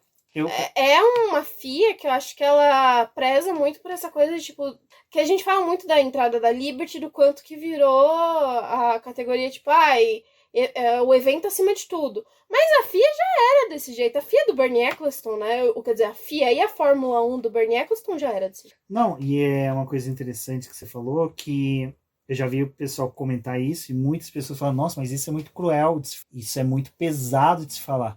Mas sabe aquela coisa do... Desculpa, eu vou falar, eu acredito que possivelmente quem ouvir não vai gostar, não vai assim, mas a morte do Senna trouxe benefício. Se ele não tivesse morrido ali, eu acho que muitos outros pilotos teriam morrido no decorrer dos anos da Fórmula 1, e que se fossem pilotos de menos expressão, pouco teria acontecido. Eu vou ser sincero, se o Senna não tivesse falecido em 94, ali naquele... Se ele tivesse saído do carro andando, que nem todo mundo fala que ele ia ter visto, a morte do Ratzenberger tinha passado em branco. Não tinha tido evolução, ou teria tido mais uma evolução mais demorada. Um exemplo, 94 a gente já viu mudanças para 95 e dentro de 94 também. Quanto tempo que demorou para instalar o ralo? Foi um estudo. O filho foi o aeroscreen, aí foi não sei o quê. O filho de John Surtees morreu, se eu não me engano, 2006, 2007. Olha quanto tempo que demorou para ter. Na Indy teve piloto que morreu com peça voando na cabeça, não me recordo agora a cabeça, me desculpa, mas quanto tempo que demorou? Quanto tempo que demorou para ter evolução? Não, e demorou. E o que a gente fala desse negócio de ser um piloto do IC, porque o Jules também, ele marca ali o que aconteceu, tanto pelo erro da FIA, que depois foi comprovado, né, da forma como eles seguiram as atitudes ali, mas a Maria da Vilota tinha sofrido um acidente também, que ela tinha... quase no mesmo nível do Jules, que teve a questão lá do olho dela e tudo. E ele morreu também por essa coisa de insegurança. Então, assim, não foi pensado em algo para poder tentar evitar que peças pudessem soltar. O acidente do Massa, tudo bem, não é um acidente que o ralo teria impedido de acontecer. Mas o acidente do Massa ali, eles já poderiam ter pensado em coisas que pudessem atingir o capacete dos pilotos, ou quanto que eles ainda estavam expostos no carro. E demorou. O Jules também era porque era um piloto, tipo, ele ia transcender na Ferrari. Tinha essa coisa também, né? Mas eu acho que, assim, a gente tem o acidente do Lauda, né, em 76. O do Lauda ali acabou expressando um pouco desse receio que os pilotos tinham, de morrer ainda, de que acidentes graves poderiam acontecer com eles, que eles estavam em carros que eram muito velozes, e ali na época do Lauda já começou a cobrar algumas mudanças, mas aí a gente vê, tipo, as coisas irem passando e avançando e não morrer mais nenhum piloto, você esquece que tem que continuar melhorando a parte de segurança. Então o acidente do Senna acaba que marca, tipo, se apaga um pouco, porque hoje a gente tá gravando um episódio sobre o Senna, que a gente também poderia estar falando um pouco sobre o Ratzenberger, não tá? Mas foi um piloto muito importante que morreu, mas foi isso, tipo, se não fosse ele, se fosse um qualquer, talvez não tivesse mudado tantas coisas tão rápido. Não, e se você assiste a cena do acidente do Rubinho Barrichello na sexta-feira, tipo, é muito feio. É muito feio, porque você vê o movimento dele indo pra frente, pra trás, os braços se chacoalhando. O fiscal virando o carro de qualquer jeito pra tirar Exato. ele do carro. Que foi a posição do carro dele é semelhante com o que ficou o Russell na Austrália. E você vê que com o Russell tem todo aquele cuidado para não desvirar o carro com o piloto ali. Vamos ter cautela. Não. O do Barrichello, não, peraí, vira aqui o carro, o cara chacoalha, bate. O do Joe teve um cuidado, mas também o carro ali acabou cedendo, né, na hora que ele bateu na barreira. E aí foi o pessoal ali pra cima, tipo... Tem essa coisa de preparo, mas também tem... E o do Joe foi um acidente também, assim, tipo... Teve evolução até de fiscais, de tipo... Cara, você não pode chegar, você tem que chegar no piloto, verificar. Então, assim... É o que eu falei, infelizmente, aquela coisa do tem males que vêm para o bem. Infelizmente, a morte do Senna foi um laboratório para que as pessoas envolvidas com a Fórmula 1 estudassem, se aprofundassem para saber até técnicas de salvamento, cobrir o local do acidente, porque até mesmo a Débora estava lendo agora o livro, até você pode comentar a questão das fotos. O fotógrafo do Senna estava perto da Tamburello quando... O fotógrafo que acompanhava ele trabalhava para Autosport. Ele estava perto quando o Senna bateu. Então, quando ele bateu, ele já foi para cima do acidente. E ele tirou foto deles tirando o capacete do Senna. Tem... Bom, ele deve ter, né? As imagens do quanto foi forte ali o acidente antes dos fiscais conseguirem chegar e fechar tudo. Então, ele registrou, tipo, um pedaço do carro, do que tinha acontecido com o Senna, que é algo que hoje em dia, tipo, acho que eles têm um controle muito maior. De, tipo, vão apagar isso daí. Não, e assim... Fiscais chegaram, mas só que Demorou, no documentário, até nessa documentário que passou do Cabrini, você via muita coisa assim, tipo, cara, você vê um macacão ensanguentado, você vê a balaclava cortada com sangue no peito dele. Até nesse livro que eu tava lendo, tem duas coisas que é bem interessante. Uma que é do Fangio, que o Fangio tava assistindo a corrida, e quando ele vê o Senna ter espasmo, ele fala, o Senna morreu, e ele desligou a TV e parou de assistir aquela corrida, que é algo forte. Cara, isso pra mim dá um nó na garganta. A hora que eu li, eu fiquei, tipo, cara, ele é Fangio, velho. E é um senhor, né? Ele era um senhor. 84 anos, 82. 82 ou 84, agora eu não me recordo. Mas ele desliga a TV, né? Fala, não, o Senna realmente morreu. A outra coisa que eu tava lendo nesse livro, que é o livro que conta sobre a vida do Senna, é um livro bem interessante. Depois a gente deixa o link. É que esse é um livro raro, tem que comprar ele em e-book mesmo. Não tem como... Ouviu, Valese? Vai ter que se curvar o Kindle. Vai ter que se curvar o Kindle. A Adriane Galisteu, na época, era namorada do Senna, né? E aí tem essas imagens dele, tem a pista ali onde ele tava que ficou ensanguentado. E falaram pra ela, na época, que aquela parte vermelha que ela tinha visto na pista, que não era sangue, que era... líquido do arrefecimento do carro. Não, falaram que era um pó diferente, estavam usando um extintor de incêndio pra ela. E aí falaram, e aí ela, tipo, meio que acreditou, não acreditando, mas, tipo, era o que tinha ali na época, né? Então, tipo, hoje eles têm um cuidado muito maior, de, tipo, teve um acidente, eles não ficam ali focando e vendo o que tá acontecendo. Tipo, eles vão filmar a reação dos outros pilotos, o que tá acontecendo no pit, outras coisas, tipo, não fica ali focando no carro, em tudo, porque tem a imagem deles tirando o carro, só não tem tão explícito, tipo, eles tirando ele do carro, cortando a balaclava, né? No livro fala, tipo, eles cortando a balaclava, o médico, ali eles já tinham percebido que ele não tava tão bem, não tem a imagem da cabeça dele toda ensanguentada porque fecharam ali, né? Utilizaram um pano, tudo para poder bloquear a visão. Mas em nenhum momento a câmera saiu de cima. Exato. Sempre teve ali. É o que a gente fala, a Débora conversa sobre isso. Cara, a FIA e a Fórmula 1 tem muita imagem que nunca foi divulgada de muita coisa. Mas agora vamos para outro ponto, né? Falar do legado do Ayrton Senna. Eu gostei que eu me curvei, é uma coisa que eu falei que eu não ia fazer no começo do podcast e eu tô fazendo desde o início. Que era que eu falei, não, a gente vai fazer uma coisa mais técnica, mas não... Desculpa, cara, eu acho que você vê questão técnica do Senna é muito mais você ter que sentar e assistir as corridas. Debater, eu acho que tem como debater, eu acho que vale um dia a gente tentar fazer uma mesa de debate sobre isso, trazendo o Milani, o Lucas Santocchi, o Valese, que são caras que eu acho que vai conseguir muito mais expressar essa capacidade de análise do que o Senna era dentro de pista, de desenvolvimento de pilotagem, do que eu e a Débora, que a gente é um pouco mais ainda da pessoal que realmente ter uma visão um pouco mais... A gente viu algumas corridas, mas não sentou e viu todas, né? Exato. Não. E vale já a dica, tem vídeo do Projeto Motor, vou ver se eu localizo e coloco na descrição desse podcast, no post também, que eles fazem decifrando a pilotagem de cada piloto. E, na verdade, o Projeto Motor tem excelentes vídeos sobre Ayrton Senna, vale muito a pena você entrar lá, fazer a pesquisa Senna e assistir todos os vídeos. Mas a questão do legado do Ayrton Senna, eu acho que é uma coisa muito legal da gente falar, que é a coisa que a gente comentou no começo, dele ter transcendido a categoria, dele ter chegado a públicos que não eram da Fórmula 1, que é o que eu digo, o que o Hamilton faz hoje. Ele, que na época não tinha rede social, né, mas talvez ele fosse o piloto mais seguido.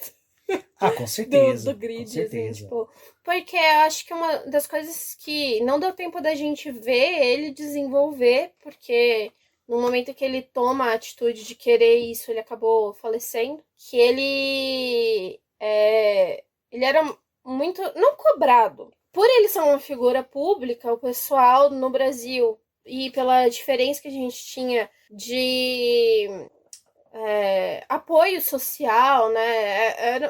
Era um país que tinha sua carência.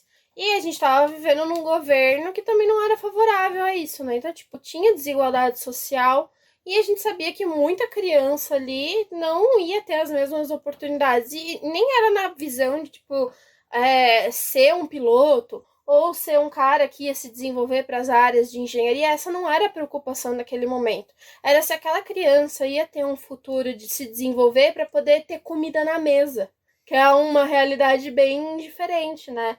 E o Senna começa a ser, tipo, bombardeado de pessoas que pediam ajuda, tipo, Senna, pela sua influência, você consegue para mim uma vaga no hospital porque é algo que eu não tô conseguindo? Você consegue botar um prato de comida na minha mesa? E ele, vendo que tinha essa condição, ele tinha dinheiro, mas ele não queria mais fazer essas doações pontuais ou essas ajudas pontuais, ele fala com a irmã, né, com a Viviane, que para ela ajudar ele a construir o Instituto Ayrton Senna. Então ele acaba falecendo antes disso se concretizar, mas o Instituto Ayrton Senna foi criado no nome dele, que é uma instituição que, tipo assim, pegou vários projetos daqui de São Paulo e apoiou. Então tem muita criança que se desenvolveu, teve acesso à educação, teve acesso à comida por conta do Instituto ir ali e já ajudar alguns projetos sociais que tinham em São Paulo, mas você também tem esse contato. E é até legal você falar que agora no último EPRIX que a gente teve a Fórmula E, né, o EPRIX de São Paulo, envolvida com a Casa do Zezinho, que é uma ONG da qual eu participei, eu aprendi a tocar violino nela, e é legal que quando eu fazia parte do Projeto Guri do Polo Casa do Zezinho, o Instituto Ayrton Senna apoiava. E foi quando eu descobri como funcionava esse apoio do Instituto Ayrton Senna, que não era só um apoio financeiro. Ele vinha até você e falava qual que era o teu ambiente físico, o que você poderia fazer, e dava ideias de formas pedagógicas de você poder auxiliar as crianças no desenvolvimento educacional. Então não era só ele dava o dinheiro, ele fiscalizava, ele fazia era um contrato de um período que ele falava, nesse período a gente vai auxiliar vocês, depois vocês caminham com as suas próprias pernas. Mas deu a estrutura ou ajudou a estruturar um projeto que era bom, né? Exatamente, então era isso que é legal do Instituto Ayrton Senna, porque ele, tipo assim, ele fica lá, olha, você é bonitinho, tô te dando dinheiro, não, vem cá, você vai aprender e tal, e cria toda uma estrutura. E você vê, são 30 anos de um instituto que é imaculável e que você tem toda essa questão de que ele é respeitado. Eu lembro que nos primórdios do BP, eu fiz um texto falando sobre como a Viviane Senna estava auxiliando o MEC a criar metodologias de ensino para alfabetização de crianças que não conseguiam comparecer sempre na escola porque tinham que trabalhar ou porque principalmente meninas sofrem muito disso, de ter que ficar em casa cuidando dos irmãos e faxinar a casa para a mãe poder trabalhar fora, e de como era o MEC trazer essas crianças para dentro da escola, ou quando essas crianças viessem à escola, poder tirar o atraso delas de estudo. Então, cara, é um puta de um legado. É surpreendente como ele faleceu 2 meses depois de criar esse instituto, mas que ficou muito bem encabeçado pela Viviane e que hoje a gente vê frutos pelo Brasil inteiro. Acho que foi importante a família manter esse desejo, né, de auxiliar dessa forma, de realmente criar um projeto que pudesse transformar vidas. E eu falo muito disso, tipo, de um piloto que transcendeu a Fórmula 1, porque hoje a gente vê o Hamilton também muito engajado nas causas sociais, né, de tentar trazer projetos, de mudar a vida de crianças e adolescentes, porque tem essa possibilidade de você no futuro tanto gerar pessoas que podem um dia trabalhar na categoria, mas mudar a vida delas, né? Eu acho que isso foi interessante, porque é o que a gente volta ali no começo do episódio, né? O Senna, ele era um piloto que veio de um bom berço. Ele poderia, tipo, tacar o foda-se pro Brasil quando ele começou a ganhar as corridas e, tipo, esse país subdesenvolvido aí, não quero saber. E foi ao contrário, né? Ele vestiu a bandeira, ele continuou propagando o Brasil pro mundo, e se preocupou com o que estava acontecendo no país. É óbvio, não vai dar jeito em toda a situação, porque o que a gente tem de problema no Brasil é de anos, né? De muito, muito tempo. Mas você ter um projeto que pode auxiliar é muito interessante, que principalmente para quem mora em periferia e vê algum resultado disso, né, de estar ali, de ganhar um apoio, é bem importante. E é óbvio que, assim, o Instituto Ayrton Senna continuou fazendo coisas no nome dele, tipo, da marca Ayrton Senna, né? De coleções, de coisas que pudesse ali atrair os fãs, colecionáveis, mas tudo O isso Instituto Ayrton Senna é meio Robin Hood, né? Tira o dinheiro tira dos dos ricos pra dar pros pros pobres. pobres, né? Ele faz você ir lá comprar um Ayrton Senna, uma cabecinha do Ayrton Senna, comprar uma brusinha, mas depois eles pegam e revertem ali pra poder ajudar os projetos. Não, a gente tem várias coisas. Tem, tipo, E não tô criticando, não, que eu acho a interessante. McLaren, né, que utiliza a marca Senna, alguns valores Ah. de algumas vendas é revertido pro Ayrton Senna. Na verdade, eu acho que o grande pulo do gato foi você ter uma marca muito bem consolidada, que é o nome do Senna, e qualquer coisa que forem fazer no nome desse homem, tipo, tem que passar pela aprovação da família. E que eu não Tipo, acho errado. não acho errado, mas é algo que é muito interessante, tipo assim, tá todo mundo quer fazer algo do Senna, tá atrelado a aquilo ali grandioso. Vocês acham que a Disney pega pesado? Vocês acham que a Celso Russomano sofre com a Disney? Tenta fazer alguma coisa do Senna e colocar para vender se já não vem lá o pessoal mandando e-mail. Como eu falei, eu não acho errado. Não. Porque assim, por que eu não acho errado? Eu acharia errado se fosse para alimentar chupins da família. Não é. Mas como é para reverter para o Instituto Ayrton Senna, como eu falei, eu conheço, já vi de fato realmente ser empregado os valores, ser utilizado para ajudar crianças. Então, assim, eu acho correto. Eu falei, cara, tá sendo revertido para uma coisa boa, não é uma coisa ruim, não tá indo pro bolso da família dos herdeiros e tá virando tipo iate, sabe? Então, assim, cara, é uma coisa que eu acho bem legal. O que eu ia comentar mesmo? Tem uma coisa do legado do Ayrton Senna que eu também acho que é sensacional e que eu sou muito fã e eu consumo até hoje, que é coisa do Seninha. Sim. Na verdade, eu fico um pouco triste, porque quando eu era criança, eu acho que a gente tinha mais essa coisa de aproximação com os gibis, né? Com as historinhas, com as coisas, tipo, tanto da Turma da Mônica, com o Ziraldo, tudo. Mas é muito gostoso saber que, tipo, Seninha teve algo desse tipo também. E eu tenho a edição número 0. Olha. Que saiu poucas, tá guardada, tá aqui em cima, na última estante da gente. Tá bem guardadinha, edição 0. E eu tenho também os relógios da Parmalat, que quem não se lembra, em 96 a Parmalat fez, né? Tinha os mamíferos da Parmalat, depois eles fizeram os reloginhos do Senna, que você juntava lá selinhos. E eu lembro que quando eu mudei para São Paulo, os meus primos que já moravam aqui sabiam que a gente estava vindo, eles juntaram e deram um relógio para cada um. O meu foi roubado, infelizmente, mas eu ganhei um de uma tia depois, tá aqui comigo, até eu pretendo um dia colocar a bateria nele, bonitinho, utilizar em eventos, porque eu acho que é muito legal. E o Senna se tornou o patrono dos atletas olímpicos. Que eu lembro que quando teve isso, eu fui um que falei assim, não acho tão legal, porque o Senna não foi um atleta olímpico. Mas daí o Rafael Fernandes, apoiador do BP, me deu uma aula. E aí eu sou muito grato a ele, porque ele me explicou, e eu realmente eu concordo com ele, que é o seguinte, o Senna é patrono dos atletas olímpicos, não porque ele teve conquistas como atleta, como conquistas olímpicas, vamos pôr dessa forma, mas pelos valores que ele transmitiu quando como atleta do cara que era focado, o cara que tinha determinação, que tinha metas, que focava o preparamento físico, que tinha a unidade da família como uma forma de preparação também para os GPs. Então, assim, pô, o Rafael mostrou assim, não é questão dele ser um atleta, é questão dos valores que ele transmitiu. E até nas Olimpíadas, acho que foi do Rio, aqui no Brasil, que eles ganharam as pulseirinhas, né, das cores do capacete, que, diga-se de passagem, a minha estourou em Interlagos, que esteza. Rodrigo França, se você estiver me ouvindo, por favor, providencie uma. Mas é isso. E tirando os inúmeros livros, né, Débora? Que a gente aqui até hoje, gravando aqui o BBcast, fazendo pesquisa, acabamos comprando mais livros. Eu até fico um pouco espantada que nesse ano de 30 anos, né, não teve um boom de lançamento de livro. Acho que o último bom livro, vou pôr bom porque tem aí desses coaches abutres. Não, sim. Mas eu acho que é o do Pandini. Mas é o que eu digo, assim, não teve um boom de lançamentos, né? De livros contando basicamente a mesma história, mas sendo, tipo, publicados exatamente agora.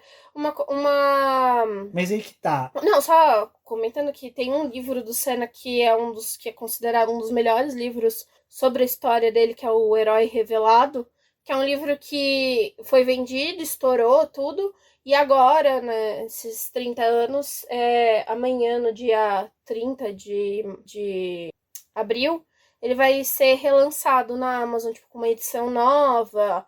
Ele foi republicado, né? Mas é um livro que já tá há 1000 anos, né? Não, e agora eu vou dar o meu desvio de caráter, vou falar assim, que eu vou dizer, esse livro eu peguei na biblioteca. Uma biblioteca não, eu peguei numa Saraiva do Shopping Morumbi, saudosa Saraiva do Shopping Morumbi, aonde sem querer uma vez eu atropelei a Maitê Proença, e aquela ia da sessão de autógrafo, eu saí de um corredor correndo para ir naqueles leitores, né, eu bati nela, e só nem depois tava que eu me comprando o livro da coitada. Não, nem tava comprando livro da coitada, tô comprando livro de direito, mas eu peguei um dia o livro ali, sentei lá dentro para dar uma lida, uma folheada, não gostei. Do Herói Revelado? Não realmente eu não gostei, mas só que assim, eu acho que era um momento que eu tava meio chato para livro, tava lendo Harry Potter. Tô brincando, tava meio chato para livro, mas eu falei assim, um dia eu vou voltar a ler ele, e agora eu quero realmente ler, aproveitar que quem sabe veio uma maturidade aí para poder ler esse livro agora com mais tranquilidade.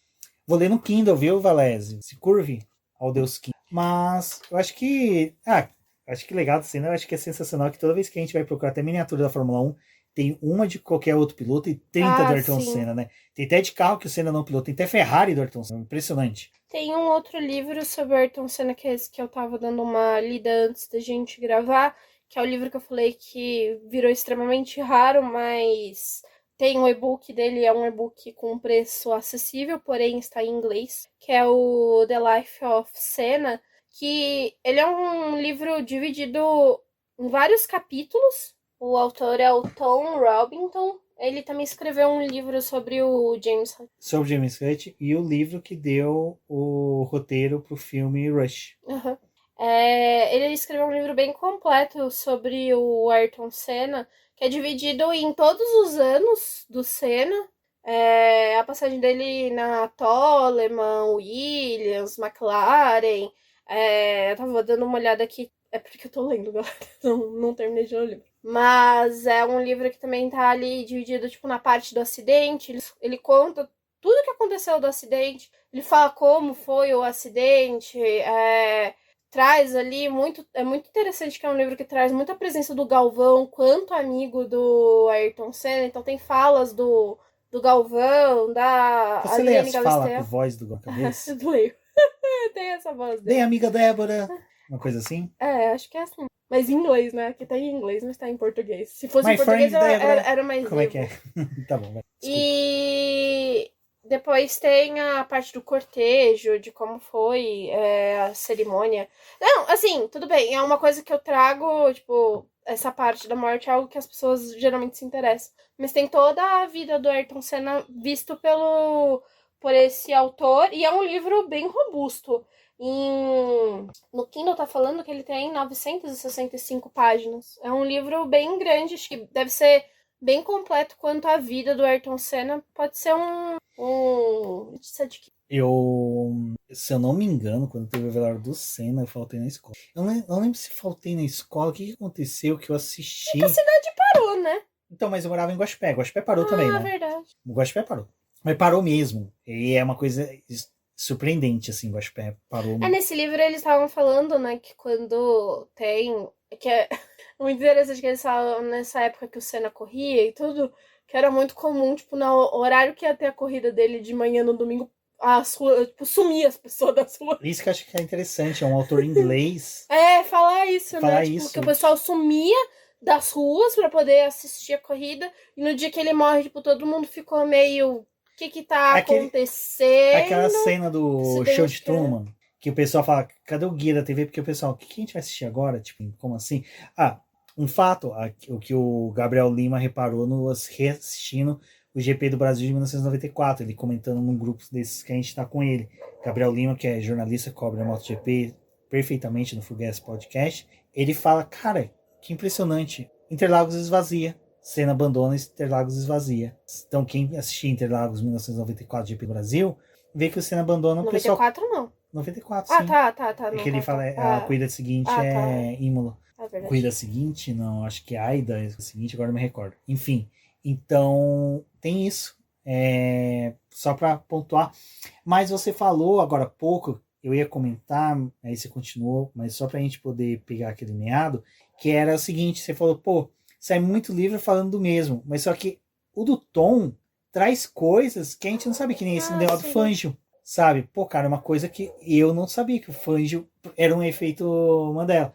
Eu acreditava que o Fangio já tinha falecido quando o Senna morreu, e tipo, ele tava no pódio umas corridas antes.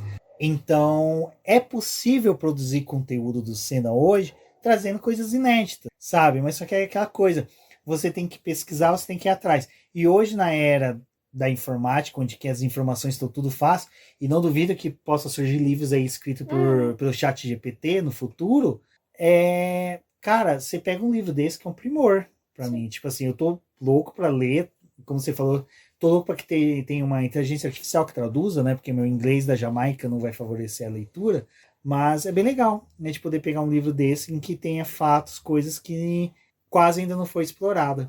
Eu acho que, assim, o Senna é um cara que...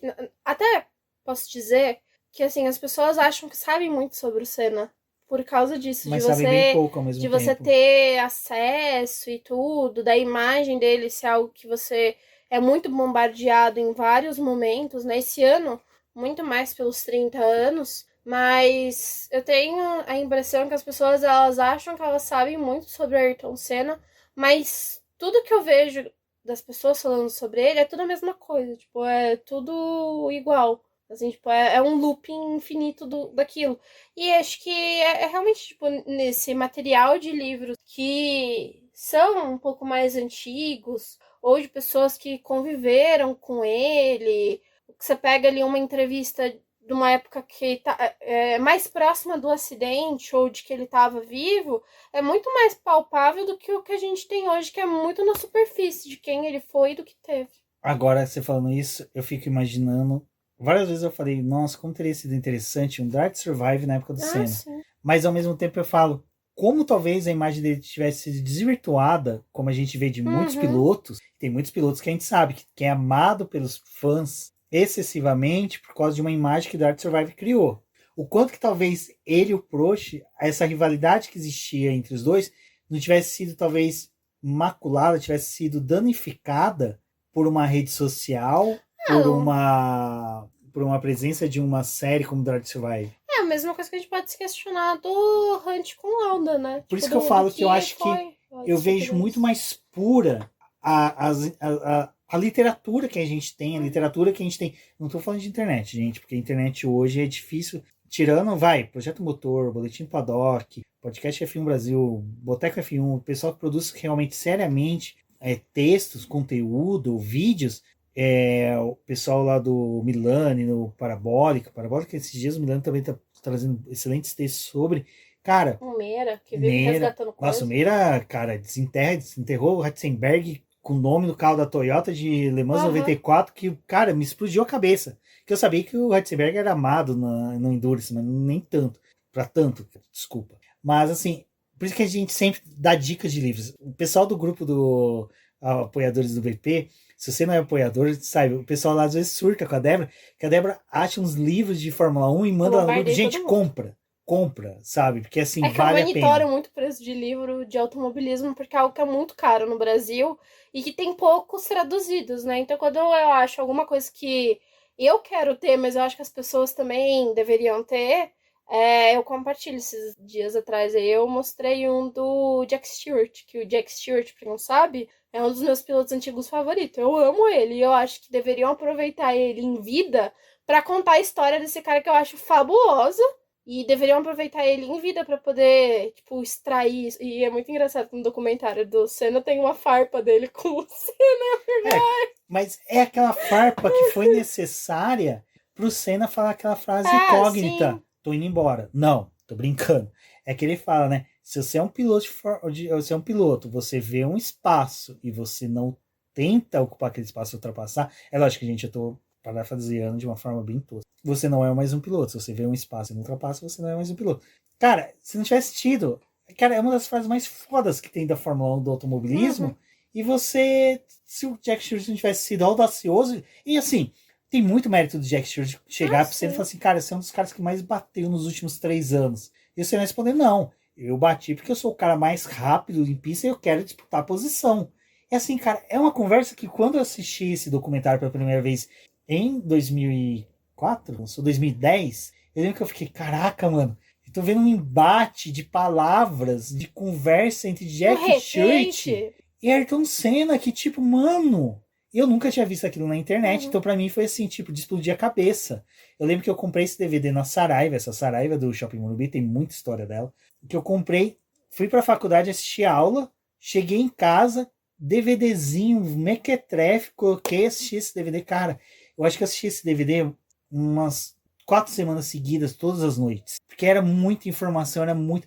E é assim, esse documentário do Senna é muito foda. Eu vou deixar o link na descrição do podcast do Rapadura Cast sobre o documentário, que é uma das assim, publicações mais perfeitas que tem sobre o documentário. E que vale muito a pena você ouvir. E sim, a gente já chegou a 1 hora e 40 minutos de gravação. E acho que a gente já exauriu tudo que poderíamos falar sobre Senna. É lógico, tem muita coisa mais a falar, muita coisa, mas não era a intenção do podcast. O podcast era realmente da gente poder fazer esse momento, né, de 30 anos, mas foi muito tipo, vamos falar sobre ele, porque eu acho que a gente no BP às vezes não fala tanto sobre ele, tem texto, tudo, mas até cobraram a gente numa live, tipo, vocês vão falar do Senna. Tá aqui. Porque assim, eu acho que eu tenho uma dificuldade muito grande, porque vocês devem estar percebendo que a minha voz está bem balançada, tá? Eu tô com muito nó na garganta de. Realmente eu me emociono muito, porque é o que eu falei, minha memória do Senna é muito afetiva, porque meu pai trabalhava de segunda a sábado e domingo ele estava em casa. E assim, meu pai trabalhava de motorista de ônibus intermunicipal, então ele chegava de madrugada. Então os GPs do Japão e da Austrália, eu ficava acordado para ver meu pai chegar. Então automaticamente eu assistia, que nem vôlei. Vôlei eu assisti inúmeros campeonatos no Japão, os mundiais que teve no Japão, eu assisti do vôlei tanto feminino como masculino, porque eu estava de madrugada acordado esperando meu pai chegar com a minha mãe. Então é muito uma memória afetiva que eu tenho. Então dá realmente nós na garganta, até peço desculpa pela minha voz durante a gravação. Então, eu não fui a pessoa que cresceu com Senna, mas eu tive jogo do Senna e eu tinha um quadro do Senna em casa, que foi uma imagem que eu vi por muito tempo ali e que estava presente na minha memória. Meus pais pararam um pouco de assistir Fórmula 1 depois que ele morreu, mas comigo se interessando tipo, na época do Schumacher, vendo os carros e tudo, e jogando jogo de Fórmula 1, eles acabaram voltando a ver e acompanhar a categoria, mas para eles era muito especial o Senna, e infelizmente o que tinha acontecido com ele acabou. Acho que é o relato que a gente tem de muitas famílias, né? Acabou abalando esse relacionamento que se tinha com a categoria, porque para muitos não fazia mais sentido assistir. Então, eu também fico emocionada. Eu acho que a história do Senna é muito rica. Eu fico encantada, às vezes, quando descubro novas coisas dele, porque é o que a gente falou, parece que é muito bombardeado a mesma história sempre, mas é um piloto que você ainda consegue achar algumas coisas novas. Uma pessoa que eu gosto muito de ver falando sobre o Senna, apesar de geralmente ser as mesmas histórias, é o Galvão Bueno. Eu gosto muito de ver o Galvão falando do relacionamento que ele tinha, das pegadinhas que os dois faziam entre eles, dessa troca que tinha.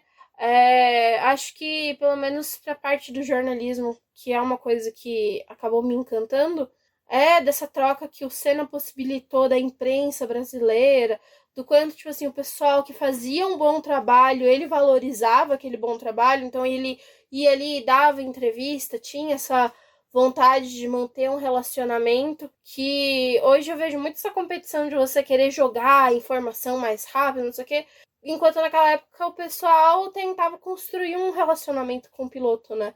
Então tinha esse vínculo, era uma coisa bem diferente. Mas foi bem legal gravar esse podcast, espero que vocês tenham gostado de ver a nossa visão também do Senna, do que a gente tinha para poder compartilhar com vocês. Acompanhem os textos lá no BP.